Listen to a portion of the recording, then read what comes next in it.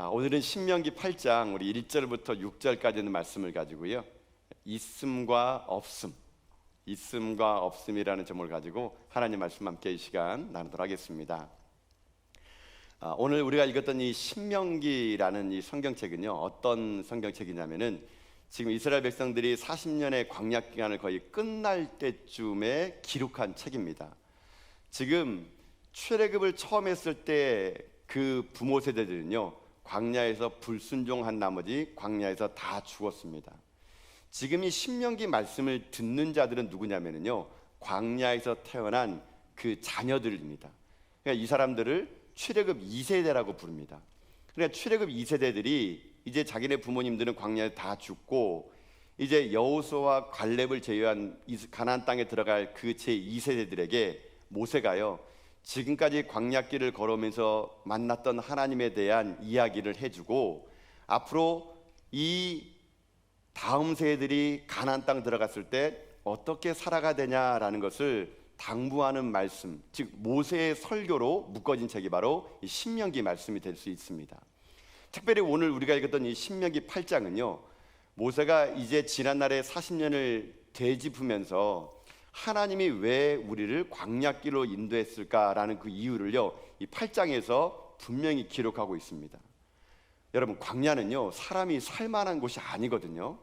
광야는 사람이 살 수 있는 곳이 아닙니다. 그런데 하나님은 왜 광야로 이스라엘 백성들을 인도했을까? 자, 오늘 본문에 있는 8장 중에 여러분 16절에 보게 되면은 하나님이 광야로 이끄신 이유를요, 모세를 통해서 이렇게 얘기하십니다. 자, 16절 말씀을 한번 읽어보겠습니다. 자, 시작. 내 조상들도 알지 못하던 만나를 광야에서 내게 먹이셨나니 이는 다 너를 낮추시며 너를 시험하사 마침내 내게 복을 주려 하심이었느니라. 아멘. 자, 왜 이스라엘 사람들을 광야로 이끌었을까? 하나님이 이렇게 한대요. 너를 낮추시고 시험했대요. 근데 이게 목적이 아니에요. 낮추시고 시험한 다음에 그 다음에 뭔지 아십니까? 그 뒤에 뭐라 나옵니까? 마침내. 여러분, 그 마침내에다가 별표 100개 보세요. 여러분. 마침내 하나님의 목적은요, 뭡니까? 복을 주려 하심이래요. 하심. 그러니까 광야의 목적은요, 고난, 고통, 힘든 거, 어려운 거, 이게 목적이 아니에요. 그걸 통과함으로 인해 가지고 하나님은요, 마침내 복을 주시기 원하는 것이 하나님의 뜻이다라는 것입니다. 여러분, 보통 그 우리 인생길을 광야길로 많이 표현하지 않습니까? 여러분 삶에도 마치 광야처럼 어렵게 지금 삶을 살아가는 분이 계실 거예요. 여러분, 제가 한 가지 확실한 거 말씀드리자면요, 하나님은 여러분이 망하는 것이 목적이 아니겁니다. 하나님은 여러분은요, 힘들게 하는 게 목적이 아니에요. 지금 여러분이 잠깐 지금 힘들고 어려운 거는 여러분 지금 과정이에요. 과정. 마침내 하나님은요, 여러분에게 복을 줄 것을 믿습니다. 그 마침내 복을 준 하나님이 있기에 광야는요, 남들 볼 때는 죽을 땅처럼 보여도 우리 입장에서는 광야는 그것이 복이 될 수 있는 거예요. 광야가 복이 될 수 있는 이유는 뭐냐? 사람들은 광야에 살면 죽는다 그러는데 하나님은 아니에요. 마침내 하나님이 복을 준다면 광야는 우리에게 복이 될 수 있다라는 것입니다. 자, 그러면 오늘 이렇게 한번 말씀을 제가 한번 나눠보기 원해요. 이 말씀은 제가 사실 성지순례를 쭉 다니면서 주일날 꼭 돌아가면 이 말씀과 함께 나눴으면 좋겠다라고 생각을 했기 때문에 제가 오늘 여러분과 이 말씀을 나눈 거거든요. 자, 그러면은 광야가 왜 복일까요? 남들 볼 때는 광야는 저주고 죽음의 땅이고 사람도 살 수 없는 땅이라 그러는데 왜 예수 믿는 사람들에게는 광야를 복이라고 할까요? 자, 그 왜 복이냐는 이유를요, 오늘 말씀을 이렇게 하나하나씩 보면서요, 한번 풀어나가기 원합니다. 자, 그럼 첫 번째로 광야가 왜 복이냐라는 건 뭐냐면 이겁니다. 광야를 걷게 하신 분이 하나님이기 때문에 복이라는 거예요. 광야를 걷게 하시는 분이 하나님이기 때문에 광야는 뭐라고요? 복이다, 이렇게 얘기할 수 있다는 겁니다. 이게 제가 광야를 이렇게 이번에 성지순례 하면서 그 광야를 보면서 제 마음속에 들어왔던 하나님의 말씀이거든요. 자, 말씀을 돌아가서 한번 봅시다. 우리 8장 1절 2절이 오늘 본문 말씀이거든요. 자, 한번 읽어볼까요? 자, 읽겠습니다. 시작. 내가 오늘 명하는 모든 명령을 너희는 지켜 행하라. 그리하면 너희가 살고 번성하고 여호와께서 너희의 조상들에게 맹세하신 땅에 들어가서 그것을 차지하리라. 내 하나님 여호와께서 이 40년 동안에 내게 광야길을 걷게 하신 것을 기억하라. 이는 너를 낮추시며 너를 시험하사 내 마음이 어떠한지 그 명령이 지키는지 지키지 않는지 알려 하심이라. 아멘. 자, 서두에도 말씀드린 것처럼 저는 우리 교회 창립 50주년을 기념을 해가지고요, 이번에 성지순례를 다녀왔습니다. 최대급의 정통 코스로 갔습니다. 이집트 시작해서 수에즈 운하를 지나고, 그러니까 홍해를 지나고, 마라를 지나고, 르비딤을 지나고, 시나이 반도를 가서 하나님의 말씀의 산인 시내산까지 올라왔습니다. 제가 성지순례팀 우리 22분과 함께 이번에 순례길을 가면서 이게 저녁마다 모여서 이렇게 얘기를 나눴어요. 어디가 제일 인상 깊고 좋았습니까? 물어보니까 대부분의 분들이요, 시내산을 얘기하더라고요. 시내산 정말로 정말 한 번쯤이면 우리 믿음의 성도님들이 시간만 되시고 여유만 되시면 꼭 한번 가보시면 좋을 것 같기도 한 마음이 들더라고요. 시내산을 올라갈 때가 참 감동이 되더라고요. 저희들이 시내산의 일출을 보려고요, 새벽 2시에 일어나야 됩니다. 새벽 2시에 일어나가지고요, 낙타를 타고 2시간을 올라가야 돼요. 2시간에 낙타 타고 올라가는데 우리 낙타를 타신 몇몇 우리 성도님들에게는 좀 어려움이 좀 있었어요. 이 낙타가 이 새벽 2시에 일어나가지고 사람을 타려고 그러니까는 몇몇 낙타들이 그 야간 수당 안 준다고 막 뭐라 그러더라고요. 그러니까요. 왜 야간 수당 안 주면서 새벽 깨우냐 가지고 막 한 낙타 2마리가 데모하는 바람에 조금 그게 좀 어려웠지만 그래도 뭐 끝까지 그 낙타 2마리를 잘 이렇게 이끌고 저희들이 거기까지 올라갔어요. 낙타를 타고 한 2시간을 이게 올라가고 그 다음에 낙타가 못 가는 곳이 있어요. 한 700계단을 올라가야 됩니다. 근데 그 700계단이 이부장한 그 계단이 아니고 이 깎아지는 산에다가 그냥 돌담으로 쌓은 곳이다 보니까 이 돌마다 보폭이 달라요. 그래서 우리 이번에 성지순례팀 가신 분들 중에서 그 700계단이 힘들어가지고 끝까지는 못 올라간 분도 계세요. 그래도 한 17분 정도는 이제 끝까지 올라갔거든요. 거기에 올라가서 그 일출을 바라보는데 많은 분들이 그 일출을 바라보면서 마음속에 하나님이 참 얼마나 놀랍고 위대하신지를 거기서 이게 경험하고 오는 그런 시간이 또 되었습니다. 또 어떤 분들에게는 어디가 좋았냐 물어보니까 이 요르단에 있는 페트라가, 야 정말 이거 어떻게 이런 기암절벽이 있을 수 있을까, 뭐 그렇게 놀라시는 분도 계시고, 또 이번에 저희 성지순례팀이 참 은혜로웠던 게 뭐냐면요, 하나님이 가는 곳곳마다 이렇게 사람들을 안 모여주게 했어요. 이게 뭐냐면요, 어디 한 군데 가면은 사람들이 많이 모여 있으면 막 보지도 못하고 오는데 저희들이 가는 곳곳마다 사람들이 없는 거예요. 없어가지고 가는 곳곳마다 저희들이 막 사람 없으면요, 막 거기 들어가서 막 찬양하고 막 그랬어요. 아무도 막 뭘 안 하더라고요. 특별히 어떤 분에게는 어디가 감동적이냐 물어봤더니 저희들이 이번에 그 예수님이 탄생한 동굴에 갔다 왔습니다. 학자들이 하면은 거기가 맞대요. 그래가지고 보통 성지순례팀이 10팀 가면은요, 한 2팀밖에 그 동굴에 못 들어가요. 시간이 안 맞아가지고. 그곳이 또 예배드리다 보면은 또 접근이 금지되거든요. 우리는 참 기회가 좋아가지고 그 예수님이 탄생한 동굴에 들어가서 거기 예수님 탄생한 동굴을 이렇게 다 이렇게 만져보고 거기 또 동그랗게 둘러앉아가지고 또 찬양을 이렇게 부르며 왔거든요. 참 그게 인상이 깊더라고요. 또 하나는 예수님께서 마지막 돌아가신 그 십자가의 언덕길을요, 저희들이 같이 올라가고 골고다 언덕까지 가봤거든요. 그리고 예수님께서 십자가에 달려 내리셔가지고 염을 했다라는 그 바위가 하나 있어요. 그 바위에다가도 손을 얹고 예수님의 시신이 거기 올렸었을 거라고 생각하면서 기도도 하고, 참 가는 곳곳마다 하나님이 준비해 놓으신 은혜가 참 많아가지고 이번 순례객들에게는 평생 잊지 못할 하나님의 은혜의 선물이 아니었는가 그런 생각이 들고요. 한편으로는 좀 우리 많은 성도님들이 함께 했으면 하는 그런 아쉬움도 좀 없지 않아 있었습니다.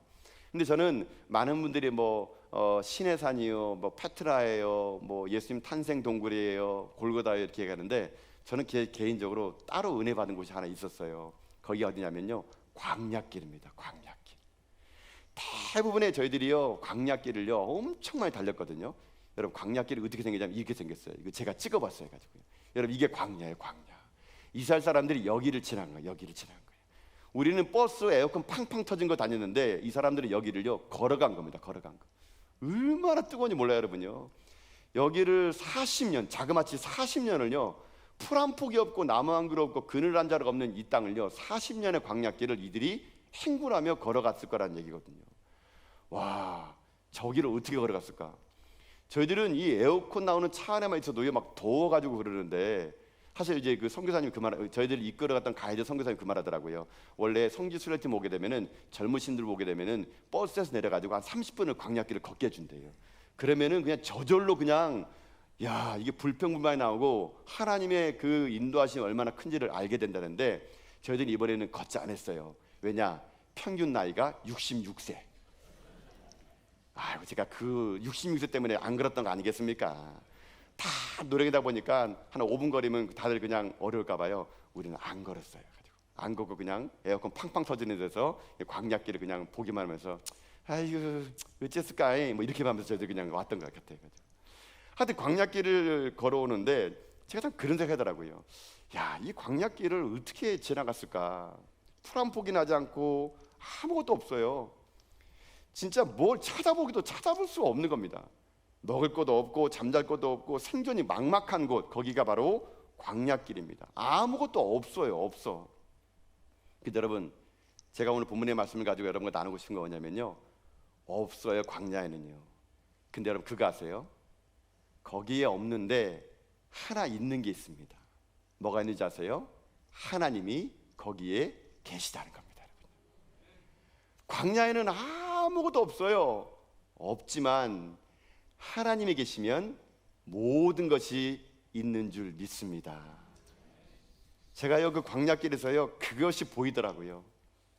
아무것도 없어서 먹을 것도 없고 마실 것도 없고 잠잘 것도 없고 물도 없고, 그런데 없는 걸 보지 않고 있는 걸 봤더니 하나님이 거기 계셨더니 그 없음이 있음으로 바뀌더라고요. 여러분 광야는요 이러더라고요. 내가 무엇이 필요한지를 알아가는 장소예요. 광야를 가기 전에는요 나는 이것도 필요하고 저것도 필요하고 이것도 없으면 못 살 것 같고 그러는데, 광야 가보세요. 그거 없어도 살 수 있습니다. 여러분 그거 없어도 지낼 수 있는 곳이 광야예요. 광야는요 좋은 옷, 뭐 좋은 뭐 집, 여러분 돈 이게 중요하지 않더라고요. 그냥 거기서는요 너무 힘드니까 생수 한 병이 정말 귀하더라고요. 여러분 하나님이요 여러분의 인생길을 광야로 좀 모르는 건 왠지 아세요? 그거 없어도 살 수 있단다라고 가르쳐주기 위해서 여러분을 광야로 모는 거예요. 여러분 지금 여러분 기도하는 것이 응답 안 되는 거 많죠? 왜 안 되는지 아세요? 그거 없어도 살 수 있기 때문에 응답 안 되는 거예요. 여러분요. 여러분 볼 때는 그게 있어야 될 것 같죠?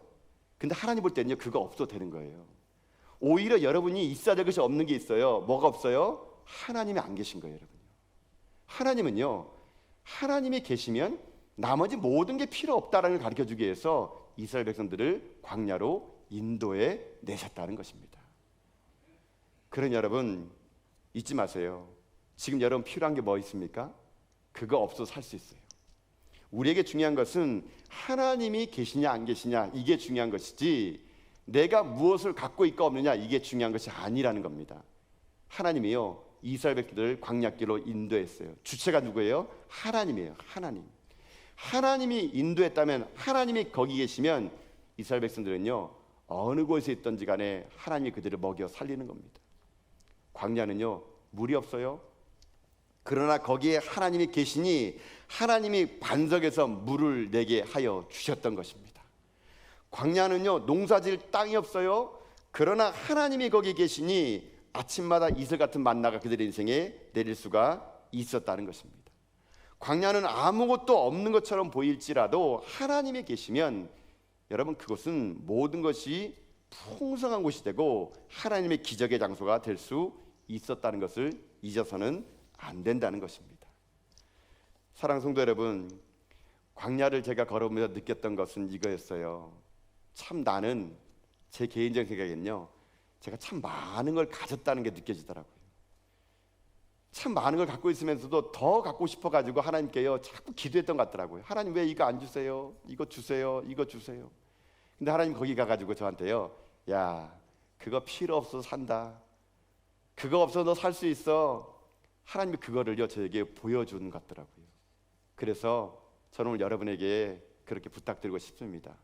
사랑하는 성도 여러분, 없는 거 그거 없어도 살아요. 사실은요 여러분이 진짜 있어야 될 하나님을 여러분 잃어버리지 마시고 여러분 하나님만을 붙들고 여러분 인생길 그 광야길을 잘 달려갈 수 있는 여러분 다 될 수 있기를 여러분 주님의 이름으로 축복합니다. 그러면 하나님은요 우리에게 내가 원하는 걸 주는 게 아니라 내게 필요한 것을 주세요. 나는 원하는 게 되게 많거든요. 근데 광야를 가보면은요 원하는 걸 주는 게 아니고 필요한 걸 주는 거예요. 여러분 지금 뭘 원하세요? 큰 집을 원하세요? 아니면 백이랑 막 빵빵 넘어오는 차를 원하세요? 좋은 직장 원하세요? 광야 가면은요 원하는 걸 주는 것이 아니라 필요한 걸 줍니다. 하나님.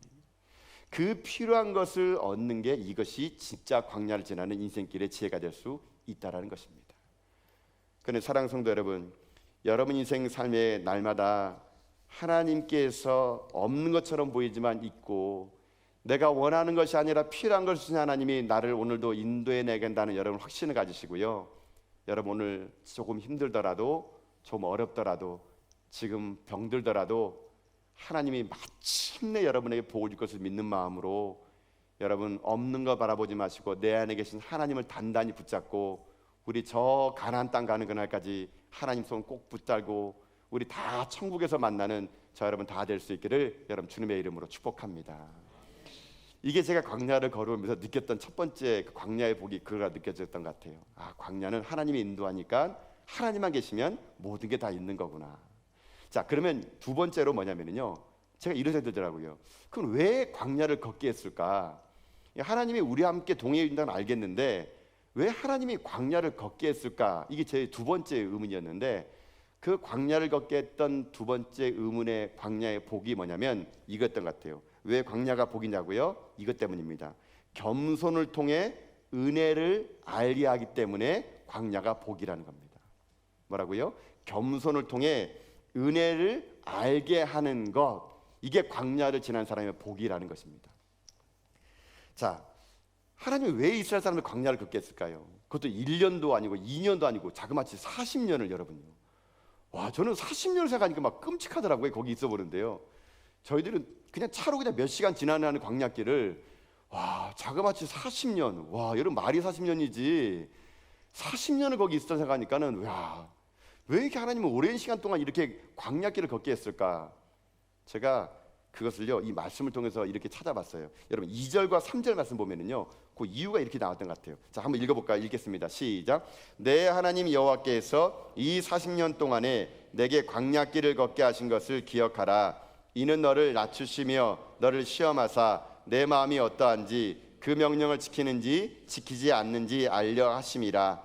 너를 낮추시며 너를 줄이게 하시며 또 너도 알지 못하며 내 조상들도 알지 못하던 만나를 내게 먹이신 것은 사람이 떡으로만 사는 것이 아니요 여호와의 입에서 나오는 모든 말씀으로 사는 줄을 내가 알게 하려 하심이니라. 아멘.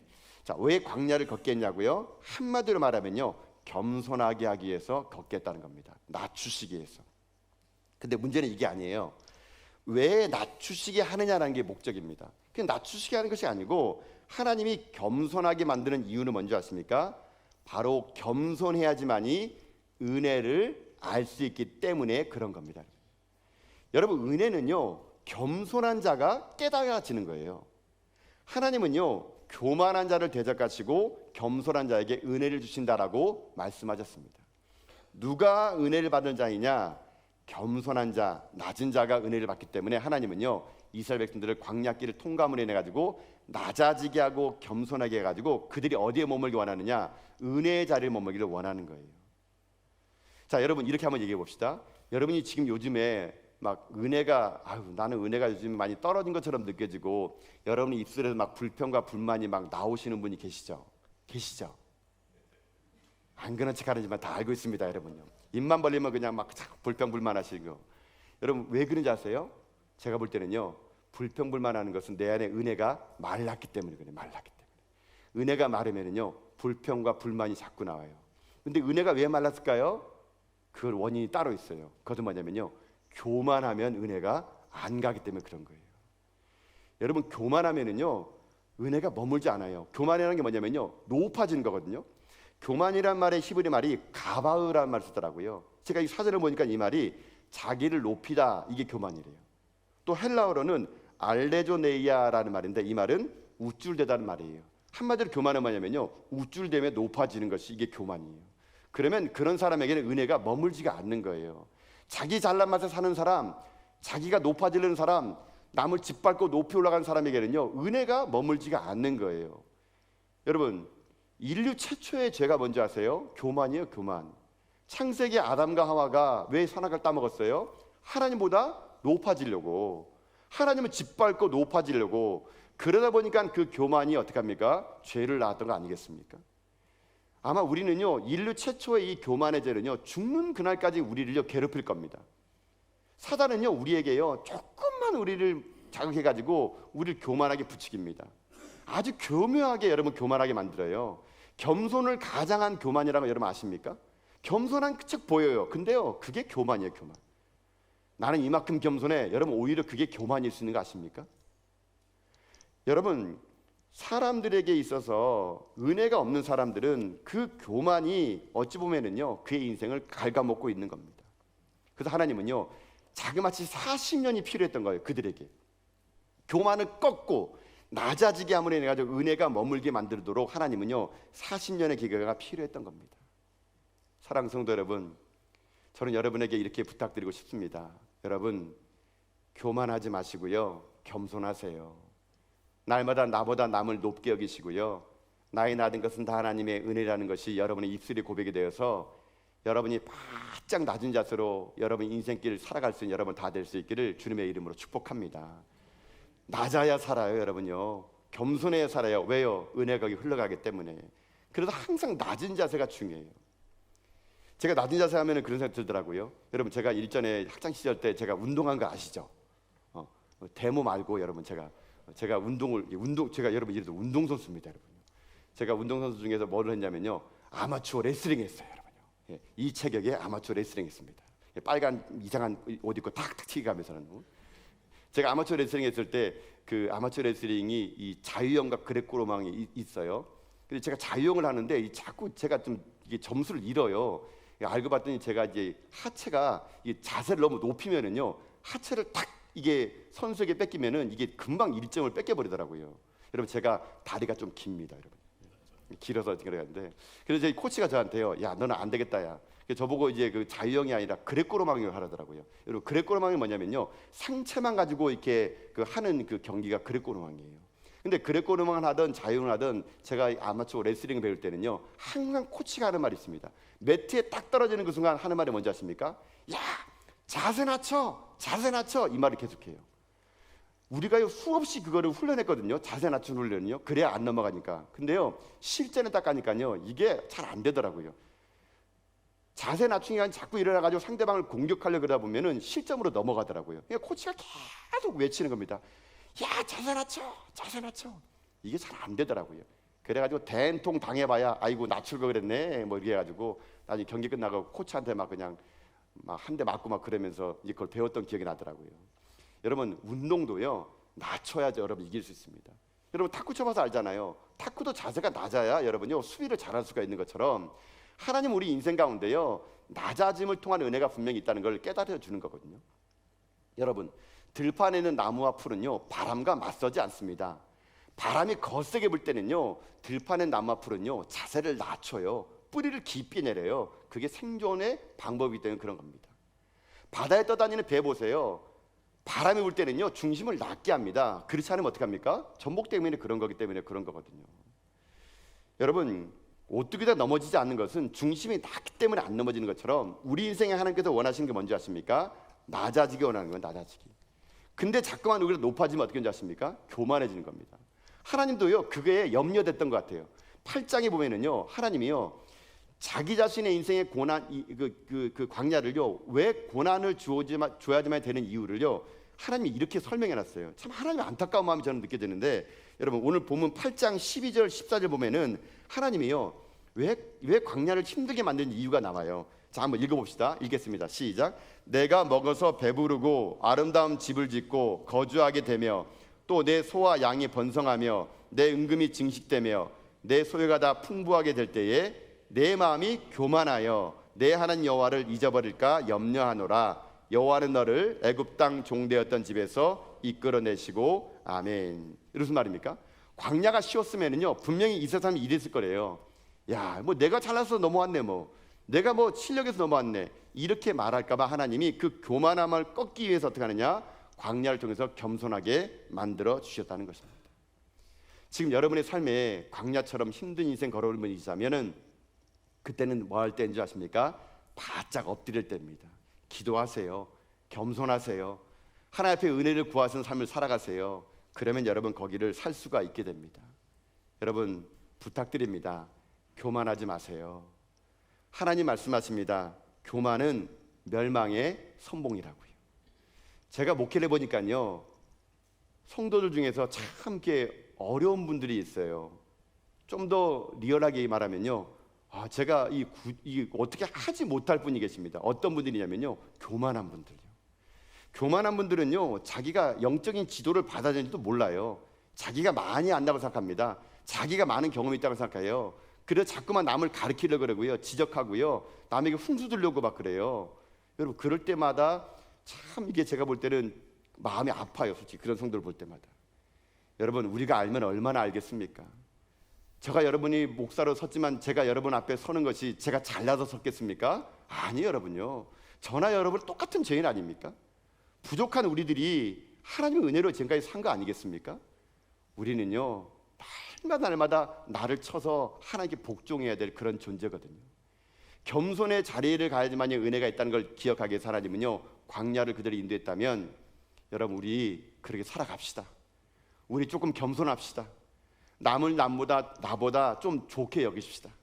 남에게 여러분 원망과 불평 말하지 마시고요, 괜히 다른 사람 여러분 시비 걸지 마시고요, 내 기준 가지고 다른 사람 판단 내리지 마시고요, 우리 날마다 나는 아무것도 아닙니다 주님이라는 고백하는 겸손의 무릎을 통해서 여러분이 그 광야의 어려운 시기를요 믿음으로 잘 이겨나가는 여러분 다 될 수 있기를 여러분 주님의 이름으로 축복합시다.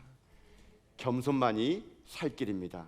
그 겸손이 은혜가 머물기 때문에 하나님은 광야를 통과하겠다는 걸 잊지 마시면서 우리 다 같이 바짝 엎드려 겸손함을 가지고 은혜의 자리에 저 가나안 땅 천국 가는 그날까지 함께 이 믿음의 순례를 끝까지 달려갈 수 있는 저 여러분 다 될 수 있기를 여러분 주님의 이름으로 축복합니다. 자, 이게 두 번째 광야가 왜 복이냐라는 이유예요. 자, 마지막 한 가지는 뭐냐면요, 제가 이런 생각해 봤습니다. 그러면 하나님이 그 길을 함께 걸어주고 낮아짐을 통해서 은혜를 주면은 도대체 마지막 결론은 뭘 하고 싶은 것인가? 제가 광야길을 걸어가면서 이 신명기의 말씀을 통해서 발견했던 마지막 광야가 복인 이유가 마지막이 뭐냐? 광야가 왜 복인지 아십니까? 광야는요 하나님만을 집중하며 살도록 만들기 때문에 광야는 복이라는 겁니다. 결국 결론은 그거예요. 가나안 땅 니네가 들어가더라도 이 광야길에서 나를 집중했던 것처럼 그 땅에 들어가서도 나 여호와만을 바라보며 살아가라. 이게 신명기의 핵심이에요, 핵심. 자, 이거를 말씀을 통해서 한번 보도록 합시다. 여러분 3절과 4절 말씀이거든요. 한번 볼까요? 자, 한번 읽어보겠습니다. 읽겠습니다. 시작. 너를 낮추시며 너를 줄이게 하시며 또 너도 알지 못하며 내 조상들도 알지 못하던 만나를 내게 먹이신 것은 사람이 떡으로만 사는 것이 아니요 여호와 입에서 나오는 모든 말씀으로 사는 줄을 내가 알게 하려 하심이라. 이 40년 동안에 내 의복이 헤어지지 아니하였고 내 발이 부르트지 아니하였느니라. 아멘. 자, 아까도 광야의 사진을 제가 보여줬는데 한번 상상을 여러분 해보세요. 저는 뭐 지금도 눈을 감으면은 그 광야길을 어떻게 걸어갔을까? 저는 막 마음이 막 지금도 어떨 때는요 막 벅차올라요. 여러분 진짜 먹을 것이 아무것도 없고 음식도 없고 그늘도 없고 정말 그 길을 걸어가는데, 여러분 낮에는요 얼마나 더운지 모릅니다. 저희들이 이번에 성지순례 갈 때는 또 7월 8월에 갔어요. 6, 7월에. 여러분 6, 7월의 광야는요 이거는 뭐 살인적인 더위입니다. 여러분요. 여러분 제 얼굴이 많이 새까맣게 탔죠. 이거 많이 보호한 겁니다. 그래도 여러분요 막 그늘로 막 보호해도 나중에는 제가 포기했어요. 아이고 이래나 저래나 새까맣게 탈 텐데 그냥 다 타버리자 해가지고. 그래서 오늘도 집에서 웃으면은요 이빨밖에 안 보여요, 여러분. 얘기가지고. 하여튼 뭐 제가 이렇게 새까맣게 타면서 그 광야의 빛이 얼마나 뜨거운지 몰라요. 저녁에 이 숙소 들어가면요 막 얼굴이 막 화끈거려요, 화끈거려요. 근데 여러분 광야가요 낮엔 그렇게 뜨겁다가도 밤에 되면요 그 뜨거운 돌덩어리가 작게 식어버려서, 여러분 광야는요 야영하게 되면요 감기 걸리기 딱 좋습니다. 낮에는 그렇게 뜨거웠다가 밤에는 그렇게 차가버리니까는 감기 걸리기 딱 좋은 환경이 광야예요, 광야. 광야는요 여러분 인간의 능력으로 살 수 있는 것이 아니에요. 인간의 경험으로 살 수 있는 것이 아니에요. 내 의지로 갈 수 있는 것이 아닙니다. 그래서 광야는 어떻게 살아가는 줄 아세요? 광야는요, 떡으로 사는 것이 아니라 만나로 사는 거예요. 만나로. 여러분 그 3절 말씀 보면은 하나님, 사람이 떡으로만 사는 게 아니라 하나님 말씀으로 산다 그러잖아요. 여러분 광야는요, 떡으로 살 수 있는 것이 아니에요. 하나님의 말씀, 만나로만 살 수 있는 것이 광야입니다. 광야. 여러분 떡이란 게 뭘까요? 떡이라는 것을 이렇게 표현해 볼게요. 자기 지혜, 자기 방법, 자기 능력, 이게 떡이에요. 떡. 그러나 광야 가보세요. 광야는 떡으로 살 수 없어요. 자기 지혜, 자기 능력, 자기 힘, 이 떡으로 살 수 있는 것이 아니라 광야는 뭘로 사는 줄 아십니까? 하나님의 말씀으로 사는 거예요. 말씀으로. 하늘로부터 내려오는 만나, 그 만나의 말씀이 자기를 살리는 것이지 떡이 살리는 것이 아니라는 걸 알게 되는 것이 어디냐? 광야예요. 광야. 여러분들 인생으로 되돌아봅시다. 여러분의 인생이 지금 광야라고 느껴지는 분이 있잖아요. 여러분 지금 여러분이 왜 헤어나지 못한지 아십니까? 지금도 떡 잡고 있는 게 그런 거예요. 내 의지로, 내 경험으로, 야, 이 위기를 한번 이겨나가 보겠다. 여러분이 지금 그 광야에서 지금 떡 잡고 있으니까 여러분이 지금 광야를 지금도 뺑뺑이 돌고 있는 거예요. 여러분요. 여러분 그 자리에서는요, 지금 떡을 잡을 때가 아니에요. 말씀을 잡을 때, 말씀. 하나님이 여러분을 왜 예배자로 불렀겠어요? 여러분 이 예배는요, 말씀이 먹는 자리예요. 말씀. 여러분 위기가 오고 어려움이 오고 광야가 오면은요, 제발 여러분 예배 드리셔야 돼요. 예배 드리셔서 하나님 말씀을 들어야 여러분 그 광야를 이겨낼 수 있지, 자기 의지, 자기 경험으로는 여러분 이기지 못한다니까요. 제가 광야를 가봤더니요, 진짜 거기는 하나님 아니면 살 수 없더라고요. 제가 그 광야에 있으면서 참 하나님 주시는 그 인생길에서 제가 참 이렇게 많은 위로를 차라리 받았습니다. 제가 참 목회하면서 좀 힘들었던 게 있나 봐요. 저도 모르게 저는 그냥 참 은혜로 지금까지 잘 지내고 있습니다 라고 고백하는 것 같은데, 제 속에 제가 좀 많이 어려웠나 봐요. 광야길을 이렇게 지나는데 자꾸 막 눈물이 나는 거예요. 자꾸 눈물이 나고 자꾸 마음속에서 하나님이 그 뭔가를 이렇게 주시려는 같은 그런 느낌이 들더라고요. 저는 이제 목회를 하면서 제가 참 부족함을 제가 압니다. 아유, 하나님, 나는 이것도 부족하고, 이 교회를 섬겨나가기 위해서는 담임 목사가 저는 좀 감이 아닌 것 같아요. 자꾸 저는 그렇게 막 느껴져요. 어떨 때는 여러분 앞에 설 때마다 정말 부족해가지고, 아이고, 이분들이 나보다 더 훌륭한 목사를 만났으면 얼마나 더 행복했을까, 그런 것도 가지거든요. 근데 그곳을 딱 가는데 하나님이 그 저의 없음을 본 게 아니라 하나님의 있음을 보게 하더라고요. 제가 그 광야길을 지내면서요, 제 안에 계속 흥얼거렸던 노래가 하나 있었어요. 어떤 노래냐면요, 히즈엘이라는 그 CCM 찬양팀이 부른 광야를 지나며라는 노래가 있어요. 여러분 들어보셨습니까? 이 찬양을 부르는데 참 그렇게 눈물이 막 나더라고요. 여러분 이 찬양이 이렇게 돼요. 왜 나를 깊은 어둠 속에 홀로 두시는지, 어두운 밤은 왜 그리 길었는지. 아이고, 아까도 그랬던 거죠. 키가 너무 높네요. 이거 오늘도 보니까 좀 이렇게 부르면 후반부에 가서는 숨 넘어갑니다, 여러분요. 왜 나를 이렇게 불러야 돼요. 이렇게 왜 나를 이렇게 불러야 뒤에 숨 안 넘어가는데, 이미 이게 판토났으니까요. 제가 가사를 읽어드릴게요, 여러분요. 들어보세요 한번요.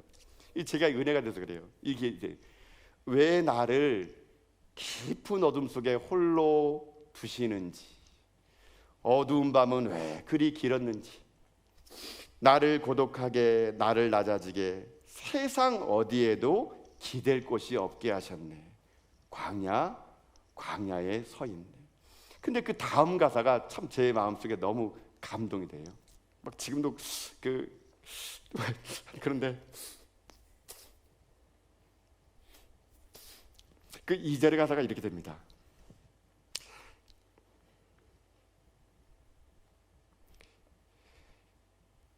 주님만 내 도움이 되시고, 주님만 내 빛이 되시는, 주님만 내 친구 되시는 광야. 주님 손 놓고는 단 하루도 살 수 없는 곳, 광야, 그 광야에 서 있네. 주께서 나를 사용하시려, 나를 더 정결하게 하시려 나를 택하여 보내신 그곳 광야. 성령이 내 영을 다시 태어나게 하는 곳, 광야, 그 광야에 서 있네.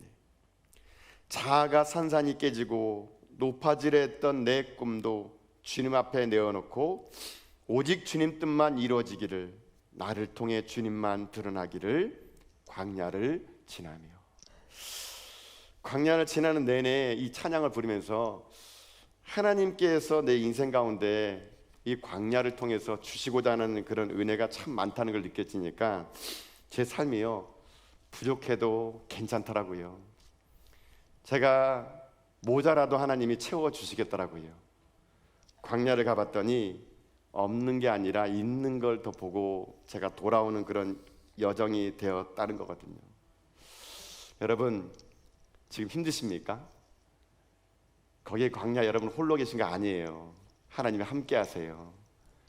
하나님이 여러분에게 함께함으로 인해 가지고 여러분에게 하나님 마침내 복을 주시기를 하나님은 원하신다는 것이거든요. 이스라엘 백성들 그 광야 40년을 지냈는데 어떻게 된지 아십니까? 여러분, 결론 같은 말씀은 4절이에요. 자, 4절 한번 볼까요, 한번요? 자, 4절 봅시다. 읽겠습니다. 시작. 이 40년 동안에 내 의복이 헤어지지 아니하였고 내 발이 부르트지 아니하였느니라. 아멘. 여러분, 잊지 마세요. 여러분 결코 망하지 않습니다. 여러분 의복이 흩어지지 않을 것이고 여러분 발이 부러뜨지 않을 거예요. 하나님이 여러분과 함께하기 때문인 것입니다. 그러니 광야길을 걸어가는 여러분 인생길에 하나님께서 여러분을 통하여 하나님만 바라보게 할 겁니다. 여러분, 우리 딴 거 보지 말고 주님만 바라봅시다. 주님만을 바라보며 나가서 여러분의 인생의 삶이 늘 언제나 힘들고 어려울지라도 주만 바라보는 가운데 승리한 여러분 될 수 있게 여러분 주님의 이름으로 축복합니다. 마지막으로 말씀하시면서요, 제가요 이 책 한 권을 여러분들 소개해드리려고 그랬는데, 위르겐 힐러가 쓴 성공의 비법이라는 책이 있는데, 이 책이 참 제가 보면서 참 그렇구나 하는 게 느껴지더라고요. 이 책에 보면요 이런 게 있어요. 이 저자가 인생에는요 두려움이 있대요. 이 두려움을요 한 마리 늑대로 이렇게 비유하더라고요. 자, 여러분 그분의 말을 한번 들어보세요. 이 사람이 인간은 항상 두려움이 있는데 그 두려움을 늑대로 비유하면서 이렇게 썼어요. 자, 혼자 숲속을 걸어가고 있는데 갑자기 100m 앞에 굶주린 늑대가 나타났다. 그리고 무섭게 달려들고 있다. 가슴이 덜컥 내려앉고 등에서 식은땀이 흘러내렸다. 두려움의 정도를 1부터 10까지 나누었을 때 그 두려움의 정도는 10이다.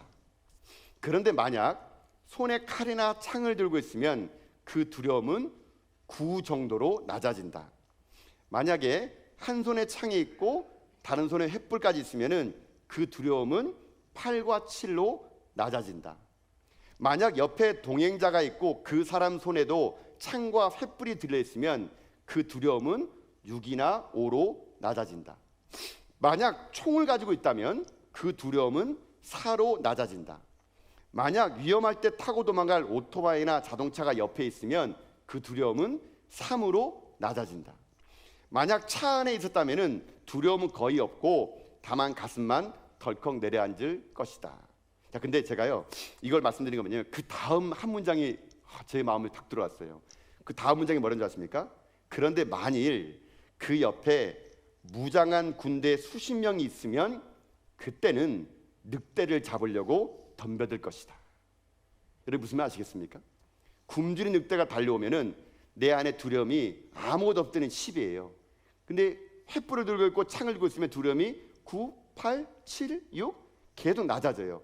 근데 늑대를 향해서 담대하게 나갈 때는 언제인지 아십니까? 내 주변에 군대 수십 명이 있으면 오히려 두려움이 아니라 늑대를 잡으려고 달려든대요.